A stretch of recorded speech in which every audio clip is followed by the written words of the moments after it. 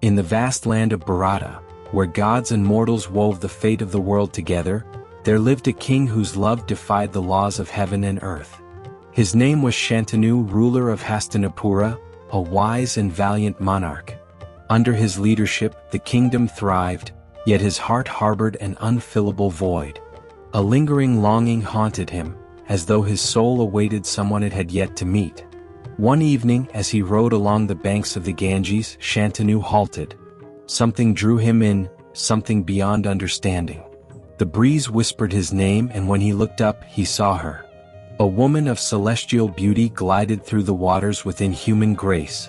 Her dark hair floated like a cloud upon the river's surface, and her eyes mirrored the depth of oceans. She was no ordinary woman. She was Ganga, the river goddess, the mother of life itself. The king's heart raced.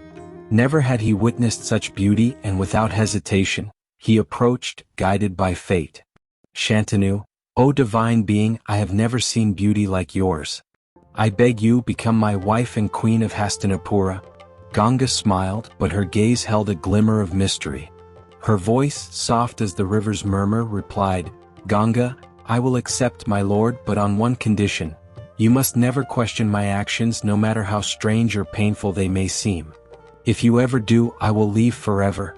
Blinded by love, the king vowed to obey. And so, the goddess became his wife. 4 years, their union brought happiness and harmony to Hastinapura. Over time, Ganga gave birth to a son. But upon his birth, she carried him to the river and, without a word, submerged him until he vanished. Shantanu stood frozen in horror. His wife had killed their own child. The pain in his chest was indescribable, but he remembered his promise and stayed silent.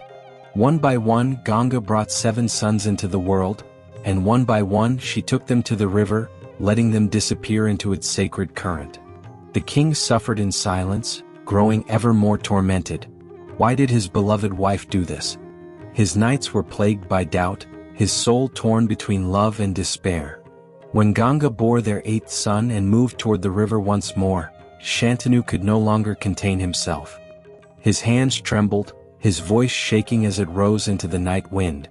"Shantanu, stop," he cried. "I cannot bear this agony. Why do you destroy our children? What sin have I committed to deserve this?" Ganga turned slowly, her gaze no longer that of a wife but of a goddess.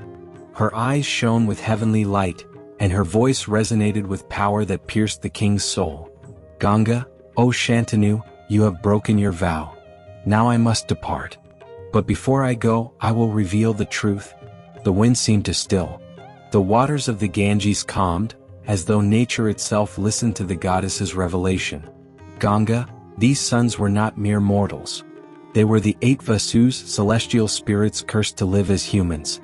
They begged me to free them swiftly, so I returned them to the sacred river. But this last child, he is destined to remain on earth and fulfill a great purpose." Ganga bent down and placed the child in the king's arms. "Ganga, care for him well, for his destiny is to alter the course of history.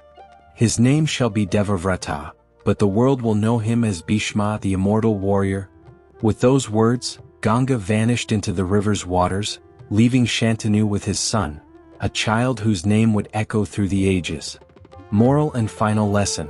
The tale of King Shantanu and Ganga reminds us that love without understanding leads to sorrow, and destiny often tests us with difficult choices. Sometimes, truth lies beyond our grasp, and only by trusting life's flow do we find our true purpose. Subscribe to keep exploring more forgotten stories.